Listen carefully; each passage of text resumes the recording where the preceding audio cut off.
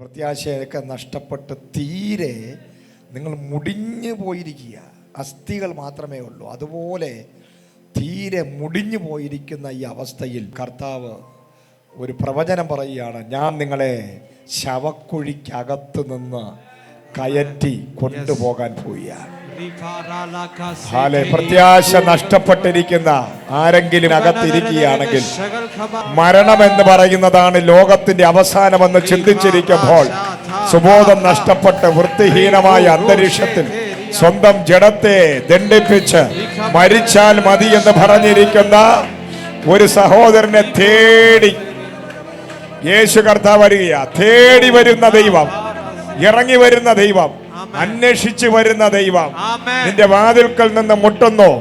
നീ വാതിൽ തുറന്നു കൊടുത്താൽ ആ ദൈവം നിന്നോടുകൂടെ അത്താഴം കഴിക്കാൻ റെഡിയാണ്.